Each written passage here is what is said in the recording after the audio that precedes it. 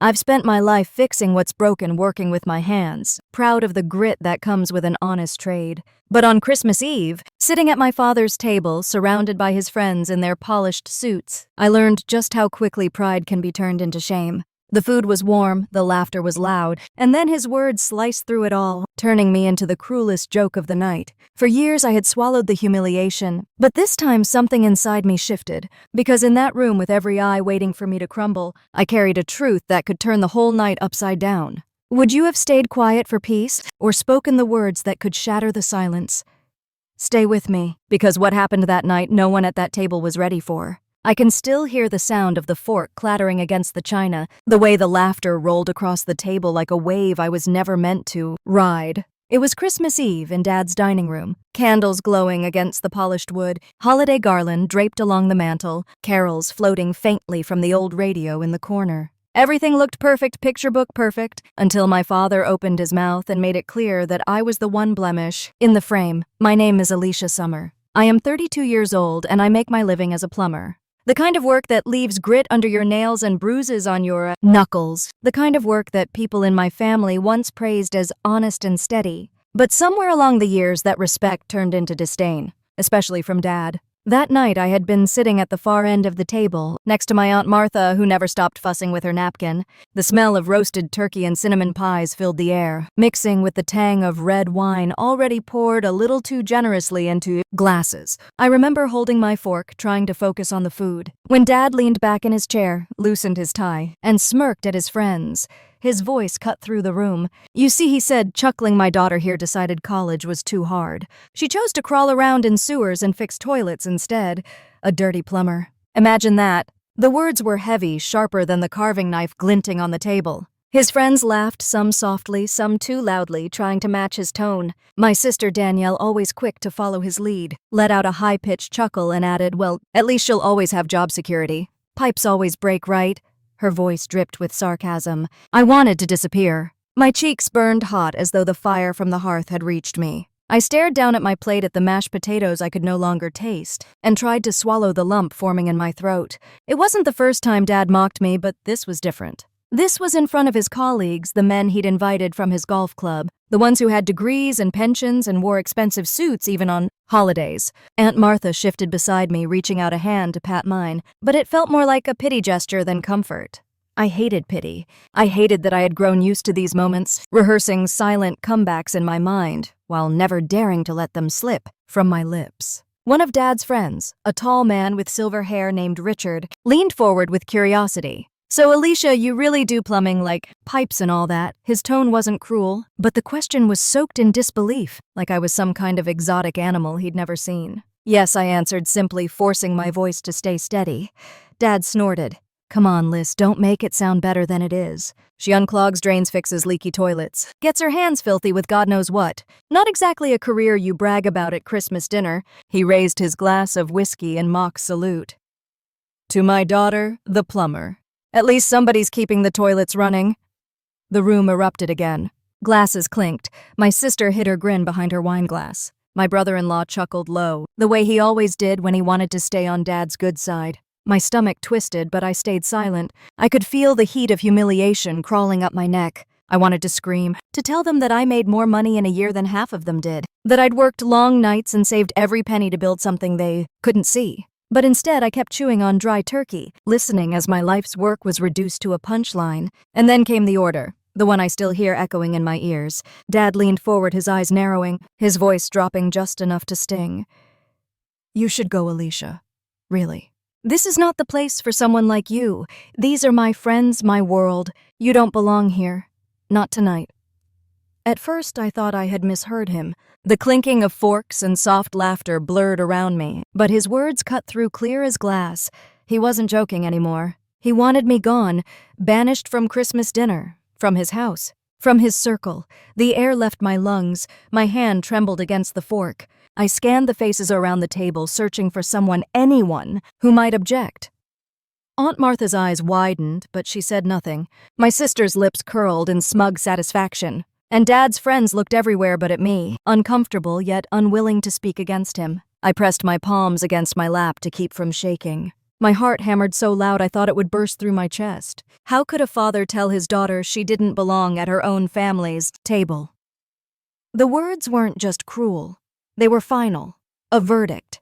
And the worst part was that everyone seemed willing to let it stand. I wanted to rise to storm out, to slam the door so hard the garland fell from the mantel. But I froze, anchored by years of trying to earn a place in that room. I thought of every sacrifice, every time I had shown up when pipes burst in the dead of winter, every hour I had spent crawling through dark basements just to make ends meet. None of it mattered here.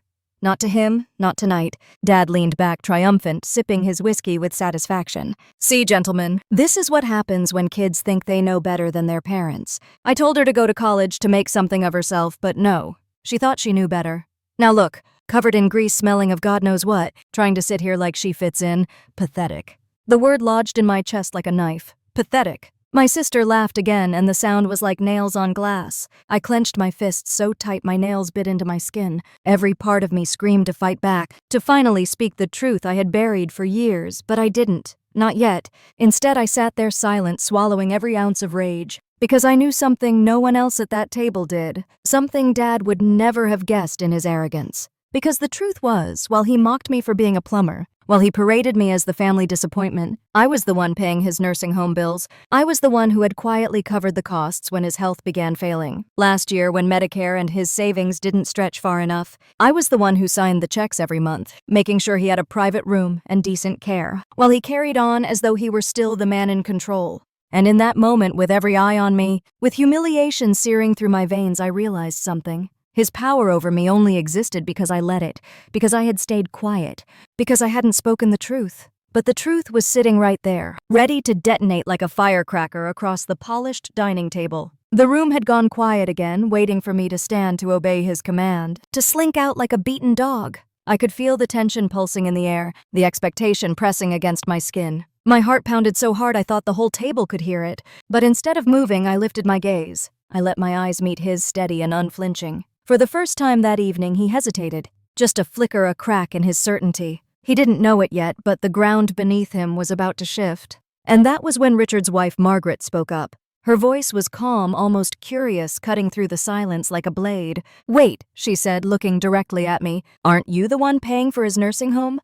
The words dropped like a stone into the center of the table. The clatter of forks stopped. The smirks faded. Dad's whiskey glass froze halfway to his lips. My sister's grin collapsed. And for the first time all evening, every single face turned pale. My chest tightened. The secret I had carried for months was out not from me but from someone else. A truth I had protected in silence now hung heavy in the air, impossible to ignore. The air around me shifted, the balance of power tilting, and as my father's face drained of color, I knew this Christmas dinner was only just beginning. My father's face was still pale, his glass of red wine trembling slightly in his hand. No one else at the table dared to move. I could hear the ticking of the old clock on the wall, steady and sharp, like it was marking the exact moment everything changed. My chest rose and fell with controlled breaths, because I knew if I spoke too soon my voice might crack, and I would not give him that satisfaction. Linda cleared her throat, her eyes locked on me, and repeated her question in a softer tone, almost as if she wanted to give him a way out. But there was no way out. Not for him, not this time. I lifted my gaze and finally spoke steady and quiet. Yes. The word hit harder than any shouting could have. My father blinked, his lips pressing together in a thin line. His friends shifted in their chairs, some avoiding eye contact, others staring at me like they had never really seen me before. The silence pressed heavier with every passing second until my father finally barked out a laugh, forced and brittle. He said something about exaggeration, about me being dramatic. I leaned forward just enough so he could see the determination in my face. I reminded him that the nursing home bill came every month like clockwork, and for the past 3 years, those payments had been covered in full. His friends knew the cost of such a place, knew it was not cheap, and I could see the math running in their heads. He snapped back, telling me to lower my voice, that I had no idea what I was talking about. But his eyes betrayed him. They darted around the table, desperate to see if anyone still believed him. That was when Uncle Ray, his old fishing buddy, spoke up. He said he had visited Dad at Maplewood Care last year and remembered how the staff praised the timely payments. He asked straight out if those checks had my name on them. I did not need to answer. My silence was enough, my father's crumbling posture was enough. For once, the truth was louder than his booming voice. I could feel my pulse in my fingertips as memories began to flood in, uninvited but relentless. The nights I stayed up after a 10-hour shift, sorting through bills and figuring out how to balance everything. The weekends I gave up trips, clothes, and even basic repairs for myself so that I could cover one more invoice for him. I thought about the first time I signed one of those checks, remembering how his pride had kept him from asking directly, but his situation left me no choice. Now here he was mocking me as less than, all while sitting on the stability I had quietly built for him. I stood up, not abruptly, but slow and deliberate. The scrape of my chair against the hardwood floor sounded louder than it should have. Every face turned toward me, waiting, wondering if I would storm out or shout. Instead, I steadied my breath and told him I was tired of pretending. Tired of being the shameful plumber daughter who worked with her hands. Tired of carrying the weight in silence while he paraded his pride in front of these men who had no idea what kept his world standing. His jaw clenched, the veins in his temple twitching. He demanded I sit down, said I was making a fool of myself. But Linda cut him off. She said no, he was making a fool of himself, because anyone with eyes could see the truth written on his face. The air in that dining room shifted. His friends were no longer laughing. They were studying him, their respect slipping away like sand through open fingers. For a man like my father who thrived on appearance and pride, it was worse than a slap across the face. I did not wait for him to answer again. I picked up my napkin, laid it neatly beside my plate, and said that if he wanted me gone, I would go. But this time I would not come back.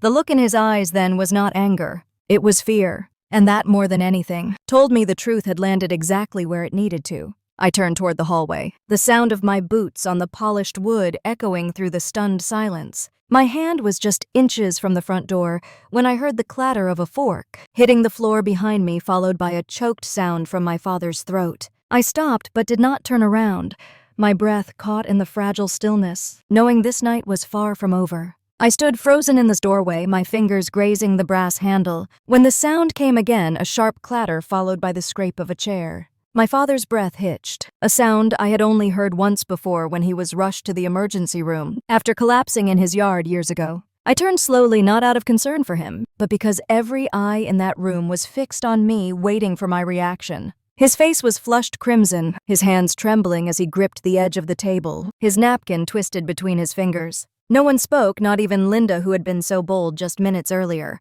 The silence stretched until I felt the weight of it pressing down on me. My father opened his mouth, but all that came out was a ragged whisper, the kind that carried more desperation than denial. He said he never asked me to do any of it, never asked me to sacrifice. His voice cracked on the last word, and for a moment, I almost believed there was something like shame behind his eyes. I swallowed the lump rising in my throat. Maybe he never asked, but he never refused either. He had let me carry the burden because it was easier to look the other way, easier to keep his pride intact while his daughter paid the bills he could not. Uncle Ray cleared his throat and leaned back in his chair, his voice steady but laced with disappointment. He said he had known my father for 40 years and had never seen him look so small. That hit harder than anything I could have said. My father's lips tightened into a thin line, his pride collapsing one brick at a time. I took a slow step back toward the table, not to sit, but to face him squarely. I told him I did not mind paying for the nursing home. What I minded was being treated like dirt while carrying the weight of his care. My words were quiet, but cut sharper than any yell could have. He shook his head, muttering that I was exaggerating, but the tremor in his voice betrayed him. Then, like clockwork, my older sister Claire chimed in. She was sitting near the end of the table, her wine glass half empty, her pearls catching the glow of the chandelier. She chuckled bitterly and said it made sense now. No wonder I never had money for nice clothes or a real home of my own. No wonder I stayed single. She called me foolish for throwing my life away on a man who never once appreciated me. The words stung, not because they were untrue, but because they came from her. Claire had always been Dad's favorite, the one who went to college, the one who wore tailored suits and carried herself like she belonged in a magazine spread.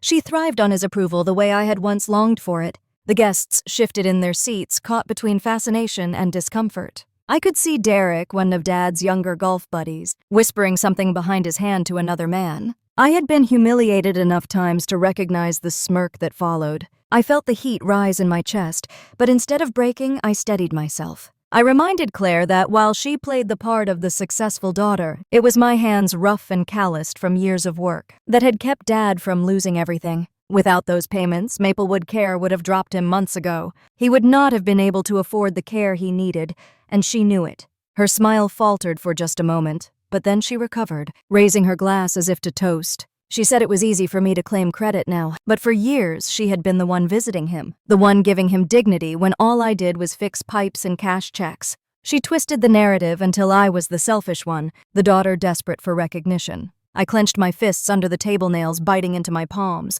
That was when Linda leaned forward, her eyes sharp as knives. She asked Claire if she had ever written a single check, if she had ever once opened her wallet for the man she claimed to protect. The question hung in the air like smoke. Claire's face went rigid, and her silence answered for her. My father looked from her to me, his mouth opening, then closing again. For the first time in my life, I saw him without the armor of his pride. He looked old, fragile, and terrified. It should have satisfied me, but instead it left a hollow ache in my chest. I wanted to turn and leave again to shut the door on all of them, but something in me refused. This was no longer about humiliation. It was about truth, about finally tearing down the lies that had strangled us for decades. I pulled out the envelope I had carried in my bag for weeks, unsure if I would ever have the courage to use it. The weight of it felt heavier than paper had any right to feel. I laid it on the table in front of my father, the bold header of the nursing home account visible for everyone to see. His hands shook as he reached for it, but before he could open it, I held it down with my palm. My voice was low, but every word cut through the silence. I told him that for 3 years I had covered every bill in full. I told him that the staff at Maplewood knew me by name, not as the daughter he mocked, but as the woman who paid their salaries on time. I told him that while he sat here laughing at me, my life had been poured into keeping him afloat. His breath came shallow, his knuckles white against the wood of the table. He whispered that he never wanted it this way.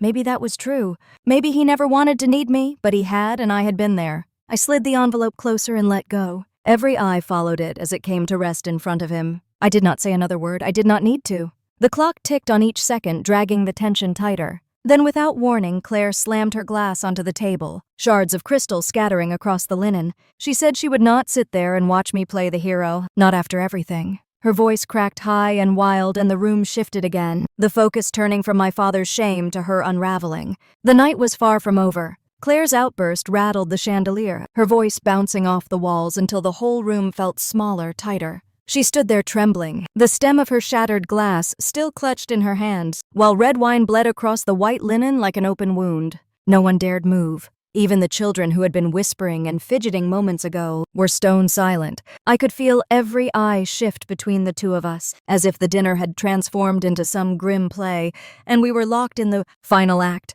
Claire's breath came in ragged bursts as she jabbed her finger toward me. She said I had manipulated everything, that I had always been the martyr, always making her look small next to me. Her voice cracked on the word small, and I saw the little girl she used to peek through for a second before the bitterness swallowed her again. I didn't rise to her bait. I had been through too many years of her posturing, her condescending remarks dressed up as jokes, her sly little digs that Dad always let pass without correction. Instead, I asked her plainly when she last paid a single dollar toward Dad's care. The question slipped into the silence like a stone sinking in water. Her mouth opened, then closed again. A flush crept up her neck, and I knew the truth burned worse than anything I could have said. Before she could scramble for words, Uncle Ray leaned forward, his voice even but edged with steel. He said it was shameful to watch 2 grown daughters fight like this in front of strangers, but he could no longer ignore the fact that only one of us had been carrying the weight. His eyes landed on Claire, and she wilted under the judgment. Dad shifted in his chair, his hands trembling as he pushed the envelope away, as if it might scorch him. He muttered that he never wanted his friends to see this, never wanted his life laid bare on the table. His pride still clung to him like armor, but I could see the cracks. Linda, never one to stay quiet long, leaned her elbows on the table, her chin resting on her hands. She looked at Dad with a mix of pity and sharp amusement, and asked if he even knew how much his care cost. Did he know how many nights I had gone without? How many overtime shifts I had taken? Her words weren't meant to wound me, but they cut deep all the same because they were true. Claire slammed her hand against the table, demanding Linda stay out of it, insisting this was a family matter. Linda didn't flinch. She said family mattered most when bills came due, and from where she was sitting, only one person in this family had acted like one. The room bristled with tension, every whisper of fabric, every shift of a chair amplified in the silence. Dad looked at me, then really looked, and for the first time in years, I saw confusion in his eyes. He asked why I had done it, why I had carried it in secret instead of asking for help. The question made me laugh, not because it was funny, but because it was absurd. I told him I had asked for help years ago when Mom passed, when the weight first fell on me and all I got was silence. Claire was busy climbing her ladder.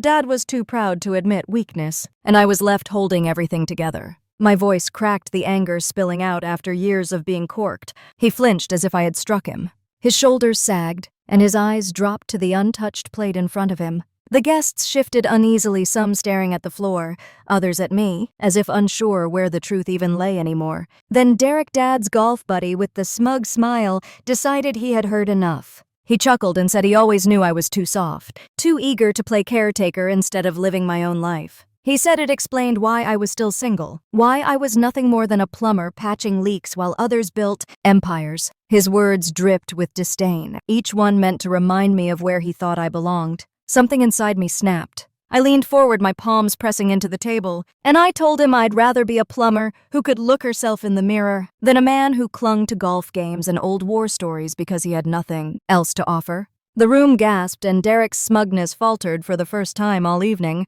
Claire muttered that I was out of line, but before she could rally, Linda cut in again, her voice sharp and clear. She told Derek to sit down, that his insults meant nothing compared to the truth laid bare tonight. She looked at me, then her eyes steady, and I knew she was offering something I hadn't felt in a long time. A small, quiet alliance. The tension simmered, the night hanging on the edge of something dangerous, something final. Dad's fork slipped from his hand, clattering against his plate, the sound sharp enough to make everyone jump. He looked smaller, somehow diminished by the weight of it all. For the first time, I wondered if this was the moment everything truly broke, the moment the pieces could never be put back together. But I also knew this wasn't the end. It was only the beginning of something none of us were prepared to face. The sound of the bell cut through the tension like a blade, and every head turned toward the front door. For a moment, no one moved. Dad's hand froze halfway to his glass, and Claire's fingers still clutched the tablecloth as if it might keep her from sinking. The chime echoed again, longer this time, insistent. I rose slowly, my chair legs scraping against the floor, and walked toward the entryway. My chest felt tight, but not with fear. It felt like something inevitable was about to step through that door, something none of us had prepared for. When I pulled the door open, the cold December air rushed inside, along with the figure standing on the porch. It was Susan, one of Dad's oldest friends, wrapped in a wool coat with her gray hair pinned neatly back. Her eyes flicked over my shoulder, curious about the silence behind me. She stepped in and brushed the snow from her boots, glancing toward the dining room. The moment she entered, the atmosphere shifted. Susan had always been sharp, the kind of woman who noticed everything, and it was clear she sensed the tension hanging in the room like smoke. She greeted Dad warmly, then looked at the mess of broken glass on the table. Her brow furrowed. Claire tried to recover first. She plastered on a brittle smile and told Susan that we were just finishing dinner. But Susan's eyes landed on the papers spread in front of Dad, and her expression changed. She asked him quietly if those were the nursing home invoices she had helped him review last spring. Dad stammered, caught between honesty and the lie he had lived in for months. Susan stepped closer, her voice steady but pointed. She said she remembered clearly the staff mentioning how grateful they were to the one who paid on time every month without fail. She turned toward me, then her gaze locking on mine, and asked in front of everyone if I was the one who had been covering those bills. The room went still. Claire's face was drained of color. Dad shifted uneasily in his chair, his mouth opening, but no words forming. I didn't answer right away. Instead, I let the silence grow heavier until the only sound was the faint ticking of the grandfather clock in the hallway. Then I nodded once. Susan's lips pressed into a thin line, and she turned back to Dad. Her voice sharpened as she demanded why he hadn't acknowledged it, why he had let his friends believe he alone managed his care when it was his daughter who sacrificed for him. Claire suddenly exploded, her voice high and frantic. She shouted that it wasn't true that I had forged everything, that I was manipulating Dad and everyone else for sympathy. She jabbed her finger toward me, insisting that plumbers don't make enough money to pay for a place like Maplewood Care. Her words rang shrill in the air, desperate and unconvincing. Susan didn't flinch. Instead, she told the table that she had seen me with her own eyes sitting in the administrator's office writing checks. She remembered because it had shocked her to see someone so young taking on that kind of responsibility. She said it was not only true but admirable, and it made her sick to watch how the truth was being twisted in this room. The guests murmured again louder now. Some exchanged looks of pity, others of disapproval. I could feel the tide turning, the cracks widening in the facade Claire had worked so hard to keep intact. Dad finally spoke, his voice low and strained. He admitted he had known deep down that I was the one making it possible for him to stay at Maplewood, but he had let pride and appearances keep him from acknowledging it. His confession landed heavy not just on me, but on everyone listening. Claire collapsed back into her chair, her face pale, her hands trembling as she muttered that none of it mattered. That respect wasn't built on paying bills, but on education, on appearances. Her words fell flat, bouncing off the silence that followed. I stood behind my chair, my hands resting lightly on its back. My voice was calm when I told her that respect was built on action, sacrifice, and integrity. The truth was now out in the open, and no amount of her shouting could bury it again. Susan looked around the table, her gaze sweeping across each guest, before settling on Dad once more. She told him he should be ashamed, not because of needing help, but because of refusing to acknowledge it when his own daughter had carried the weight for him. Her words hit him harder than anything I could have said. The room seemed to tilt, the balance of power shifting before everyone's eyes. Claire looked like she might protest again, but her husband finally placed a hand on her arm and whispered something that made her fall silent. The fire in the hearth popped, sending sparks upward. The evening had turned into something none of us could have imagined when we sat down. I could feel the next confrontation building, the final clash waiting just beyond the quiet. And then Dad turned his head slowly toward me, his eyes heavy with something between guilt and defiance, and asked me why I had never told him outright. I looked at him, the weight of years pressing on my chest, and told him I had never said it because I wanted him to believe he was still the father who provided, not the man I had to carry. His jaw tightened, his eyes dropping to the papers scattered across the table. He looked smaller than I had ever seen him, not physically but in spirit, like the authority he had clung to had been stripped away in front of everyone. Claire suddenly leaned forward, her voice sharp and desperate, accusing me again of making it all up. She said there was no way a plumber could afford Maplewood's fees month after month. No way someone with calloused hands and grease under her nails could outmatch her father's friends with their polished shoes and university degrees. The words rang shrill, but I didn't answer. Instead, I reached into my bag and pulled out the last folder I had hoped I would never need to show. I laid the receipts neatly on the table, month after month of checks written from my company account, Summers Plumbing and Heating. Each line carried my signature, the ink still sharp. The silence after that was heavy, broken only by the sound of Susan's quiet exhale. Claire's face turned blotchy red and she slammed her hand on the table, shouting that money didn't change blood, that I was still just the embarrassing daughter Dad never wanted at dinners, like this. Dad's best friend George, who had been silent until then, finally spoke. He asked Claire how many times she had visited Maplewood in the past year. She sputtered, trying to answer, but he cut her off, saying he had seen me there every week, sometimes twice, talking to the staff, checking on Dad, even fixing things around the facility when they broke. His voice carried the weight of a man who had seen enough to know the truth. The guests shifted uncomfortably, their earlier amusement long gone. Some whispered to each other, some avoided looking at Dad or Claire altogether. The room that had once been Claire's stage now felt like her cage, and she knew it. Dad's voice cracked when he asked me again why I had never told him. I told him I had tried in small ways, but he never listened. Too caught up in appearances, too eager to believe that the daughter who cleaned drains and patched pipes couldn't possibly hold a family together. My words trembled, not from weakness, but from the years of swallowing back pride just to keep peace. Claire suddenly stood her chair, scraping against the floor, and shouted that none of this mattered because without Dad's approval I would never belong in this family. Her words were harsh, her face twisted with fear more than anger, because deep down she knew her grip was slipping. Susan rose slowly, her eyes fixed on Claire, and told her the only thing that didn't belong in this room was the arrogance that blinded her to loyalty and sacrifice. Her words cut through the air sharper than a knife. Dad buried his face in his hands. His shoulders shook once, and for the first time in years I thought he might cry. The sight pulled at something inside me, but I held myself steady. I had already carried enough for everyone. Then came the sound that shifted everything, a slow clap from the end of the table.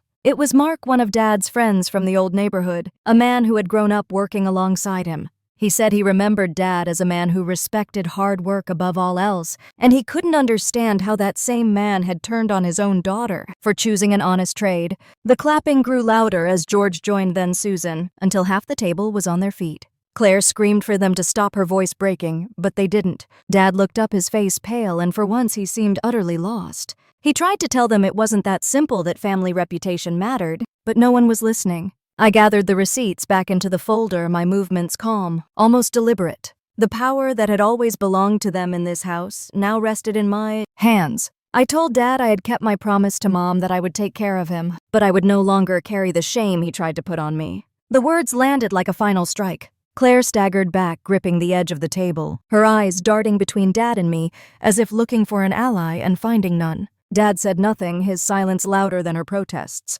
The fire crackled, the snow tapped against the windows, and I knew the night was far from over. There was still more to come, more truths waiting just beyond the edges of this room, truths that would break what was left of the old order. I felt every gaze on me as I stepped back from the table, the weight of their judgment and their awe pressing down, and I realized the next words out of my mouth would decide everything. I drew in a breath, steadying myself, and let the silence hang for a moment longer before I spoke. I told them I had spent the last 7 years not just running my plumbing company, but making sure Dad's nursing home bills were paid on time every single month. Every time Maplewood raised the rates, I had worked longer hours, taken on emergency calls at 2 a.m, and crawled through crawl spaces filled with mold just to keep the balance covered. I had done it quietly, because I thought family didn't need announcements when love was real. The words seemed to fall heavy across the table. George nodded slowly, confirming what he had seen, while Susan whispered something about remembering my truck parked outside Maplewood more than once.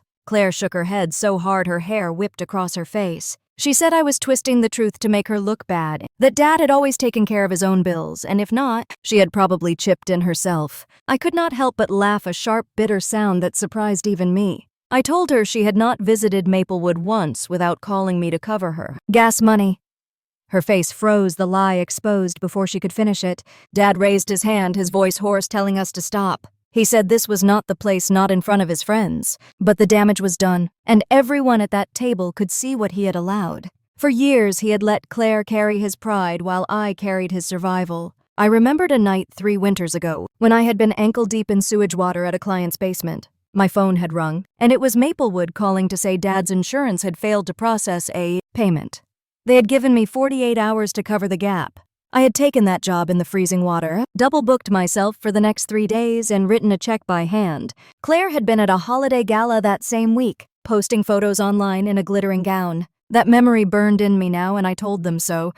The room fell still. Claire tried to defend herself, saying appearances mattered in this town, that someone had to keep the family's name from sinking. I asked her what good a name was if the man it belonged to sat abandoned in a facility his own children pretended not to see. Mark spoke again, his deep voice echoing in the dining room. He said he had grown up with Dad when loyalty was a man's measure, not the brand of his shoes. He told Dad straight that the way he had treated me was a betrayal of everything their generation once believed in. Dad's eyes welled up and he pressed his lips together, but still he did not deny it. I looked at him and asked if he even knew how much the nursing home cost each month.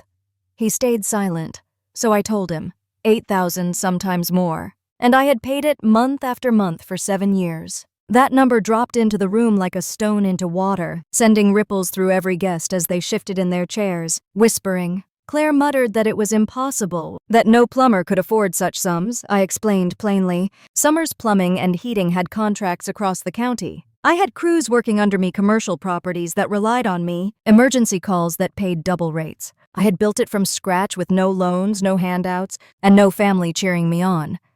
The silence after that was different. It was respect, reluctant but undeniable. Dad looked down at his plate, his fork untouched. I saw his shoulders shake once, and for a moment I thought he would apologize. But instead he whispered that he never asked me to do this. The words cut sharper than any insult.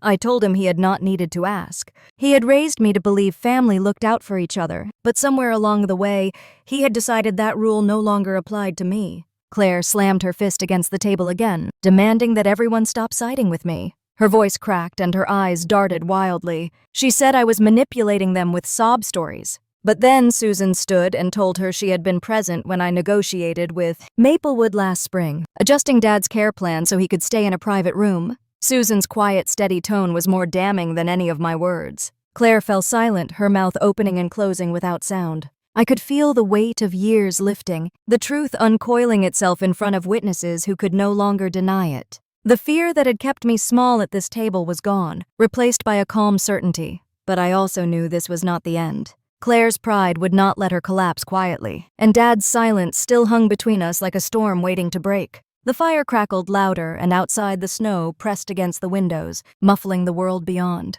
Inside, the air was electric, and I knew something bigger was coming, something that would finally shatter the last defenses my father and sister clung to. Dad lifted his head slowly, his face pale and worn, and for the first time all evening he seemed smaller, like the years had finally caught up with him. Claire tried to speak again, but Mark cut her off sharply, his voice booming across the table as he told her she should sit down before she embarrassed herself any further. The words hung in the air, and for once Claire obeyed, her lips pressed tight, her eyes blazing. Then Susan asked me if I had proof, if I had something more than words. I reached into my bag and pulled out a folder I had tucked there weeks ago, almost as if I had known this day was coming. Inside were copies of the checks I had written to Maplewood Nursing Home, 7 years of payment records, everyone with my name on it. I laid them on the table, my hands steady, my heart pounding. The shuffle of papers filled the silence as Susan leaned forward, her glasses perched on her nose, and began reading aloud the dates and amounts. 8,000, 8,300, 8,600 when the rates went up, a full record of sacrifice spread across the linen tablecloth like evidence in a trial. Dad reached for the papers, his fingers trembling. He stared at the numbers, his eyes darting from one line to the next, and finally whispered that he had no idea. My chest tightened, anger and sorrow clashing inside me. I asked him what he thought, how he imagined his bills were being paid while he sat at Maplewood with his private television and the staff who answered his every call. Claire stood again, desperation dripping from her words, insisting that I must have forged the records, that I was staging some dramatic scene to humiliate them all. Her voice cracked, and her eyes darted nervously toward the guests, who now stared at her with cold judgment. Susan shook her head firmly. She confirmed she had notarized more than one of the payments when I needed them processed urgently. Mark added that he had heard from his nephew, who worked part-time at the nursing home, that the summer plumbing trucks were always in the parking lot. Claire's protest fell flat, and the truth settled in, heavier than the snow pressing against the windows. Outside, Dad closed his eyes for a long moment. When he opened them, there was no pride left, only something like fear. He whispered that he had been wrong, but even then his voice was faint, as if he could not bring himself to look directly at me. I felt years of swallowed pain rise inside me. I told him he had not just been wrong. He had allowed Claire to paint me as less than human, had let her sneer at me while I kept him alive in that home. And tonight he had laughed with her when she called me filthy, as if I had chosen dirt over dignity. The weight of those years pressed down on every syllable, and I knew the guests could feel it too. Claire tried one last time to shift the blame, saying that if I truly cared, I would have told them sooner instead of waiting for a moment like this. Her words sounded hollow, desperate, and everyone knew it. I told her the truth, that I had stayed quiet because I thought family was supposed to recognize sacrifice without being told. That I had believed one day Dad would see my hands, cracked and stained from years of work, and understand that every scar was for him. The fire popped, and for a moment no one moved. Then George cleared his throat and told Dad straight that he had a daughter, worth more than any law degree or polished dinner guest. The shame in the room shifted entirely onto Dad and Claire, and I could see the panic rising in both of them. Claire's voice grew sharp, desperate. She said this wasn't the end, that I had embarrassed the family name. But the truth was clear now, laid out in black ink across the checks on the table, and there was no taking it back. The silence stretched heavy and unbreakable until finally I stood, my legs steady, my voice stronger than I had ever heard it. I told them this was only the beginning, and what came next would be theirs to carry, not mine. The storm outside rattled the windows as the words sank in, and I knew the night was far from over. The storm rattled the windows harder, and inside that dining room the air grew so heavy it was almost difficult to breathe.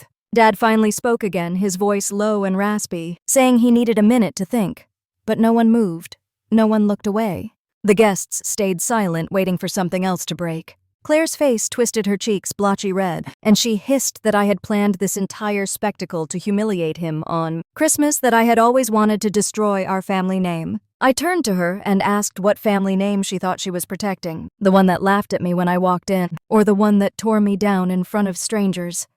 Her lips trembled. But before she could respond, George placed his hand flat on the table and said enough. He told Dad that friends who stood by lies were no friends at all, and that it was shameful it had taken his daughter to remind him. Susan shifted in her chair, her eyes on me. She said I deserved to be heard, and that pretending the truth did not exist would only make the wound deeper. Dad gripped the arms of his chair and tried to rise, but his legs shook and he sank back down, his pride deflating like a punctured balloon. He said softly that he never thought his life would depend on his plumber daughter. The words stung, not because of their truth, but because of the tone, as if he was still struggling to believe I was worth anything at all. I swallowed the hurt and told him plainly that I had not paid for his comfort, so that one day he could look down on me. I had done it because when Mom died, I promised her I would look after him even if it broke me. My voice cracked, but I did not look away. Claire muttered that Mom would have wanted things handled differently, but I snapped back that Mom had wanted honesty, not pretense. The tension in the room pulsed like a live wire. Mark leaned back, his arms crossed, studying Claire like he was seeing her for the first time.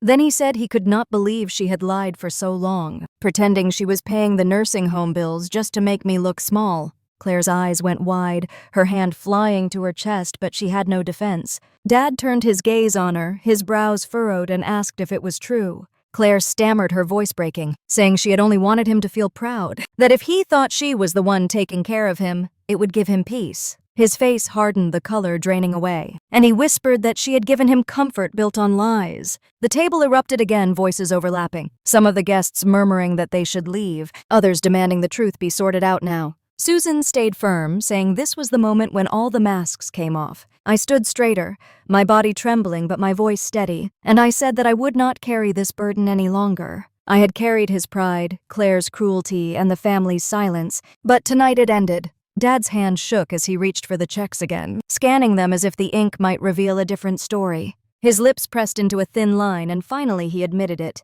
He said he had been blind, too proud to look at the daughter who had truly saved him. Claire exploded, slamming her fist on the table, shouting that I was turning everyone against her, that I had always been jealous. But her voice cracked on the last word, and everyone saw through her. Mark told her to stop lying, and for the first time, Claire sat down without another word. Her shoulders slumped, her eyes darting nervously around the room. I looked at Dad one last time and told him he had a choice now. He could keep clinging to the image of respectability that Claire promised, or he could face the truth of who had actually been at his side all these years.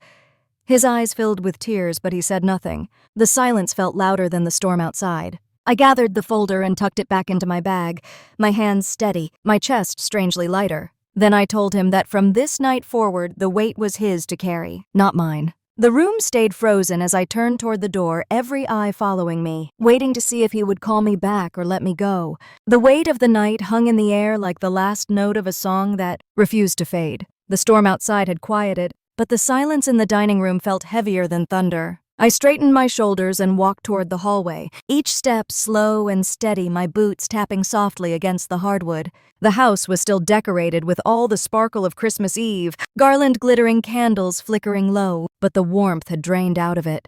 What was left was the chill of truth that no one could take back. I reached for my coat on the hook by the door. The wool scratched against my fingers as I slid one arm in, then the other. My hands were trembling, though not from fear anymore. It was the kind of tremble that comes when the body realizes the fight is over, even if the heart is still racing. Behind me, I could hear the faint shuffle of chairs, the rustle of clothes as people shifted uneasily. The clink of silverware against china had stopped long ago. No one was eating, no one was laughing.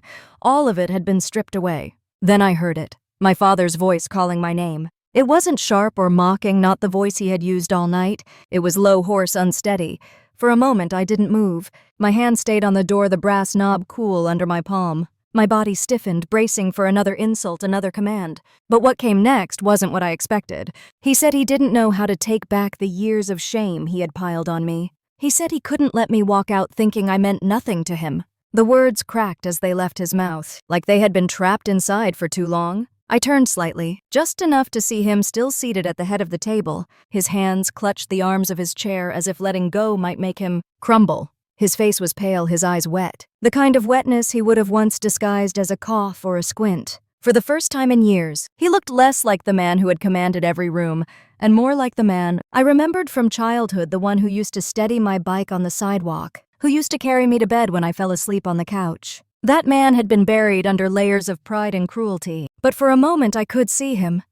Claire's voice cut through sharp as ever. She started to say something, but Susan shut her down before she could finish. Susan's voice was calm but firm. She told Claire it wasn't her place anymore, that the truth had already been spoken. Claire pressed her lips into a thin line, her anger visible but powerless. She sat back down, her chair legs scraping against the floor, the fight draining out of her. George stood slowly, his face solemn, his eyes moving from Dad to me. He said it was time for my father to admit who had truly saved him. His voice carried weight, not loud but certain. The kind of certainty that left no room for argument. I let go of the door and turned fully toward my father. My bag hung heavy against my shoulder, filled with receipts and records, but the weight I carried was more than paper. It was years of silence, years of swallowing humiliation, years of keeping a promise to my mother even when it nearly broke me. I stepped closer, my boots muffled against the rug, and looked at my father without flinching. I told him I didn't need an apology for every cruel word he had spoken. There were too many and no apology would erase them. What I needed was respect. I needed him to see me, not as the disappointment he paraded in front of his friends, but as the daughter whose honest work had carried him farther than any of those polished men at his table ever would. My voice didn't waver, though my chest ached with the weight of the truth. His lips trembled. His throat worked like the words fought against years of pride. But finally, he whispered, he said he was proud of me. The words cracked, as if they had rusted in his mouth, but they came out all the same. No one moved. The candles flickered.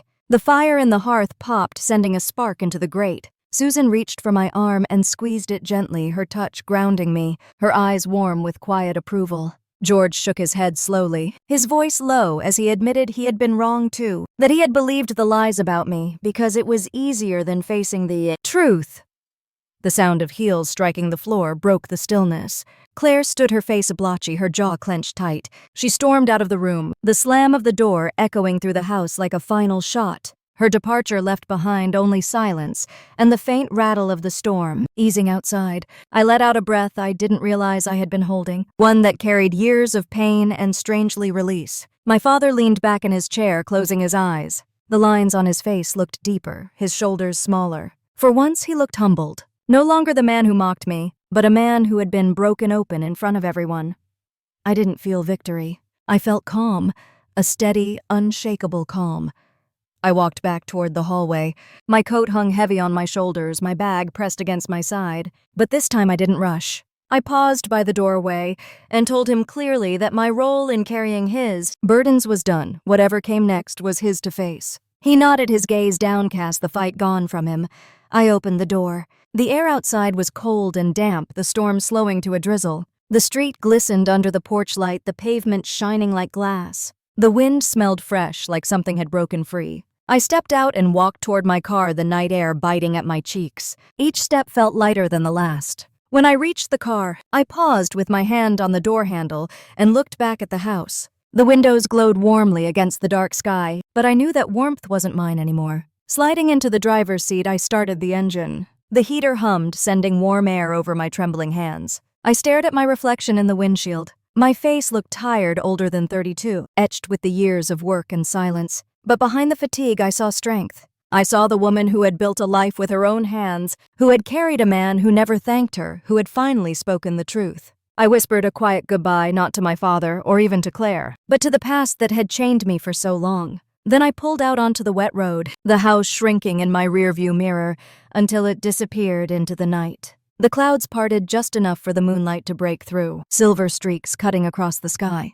The storm had passed, and for the first time in years, I felt peace. Not the peace of silence, not the fragile peace of avoidance, but the real kind, the kind that comes when the truth is finally spoken aloud. I thought of Mom. I thought of the promise I had kept, the promise that nearly crushed me but also defined me. I thought of every insult, every laugh at my expense, every moment I had been told I was less.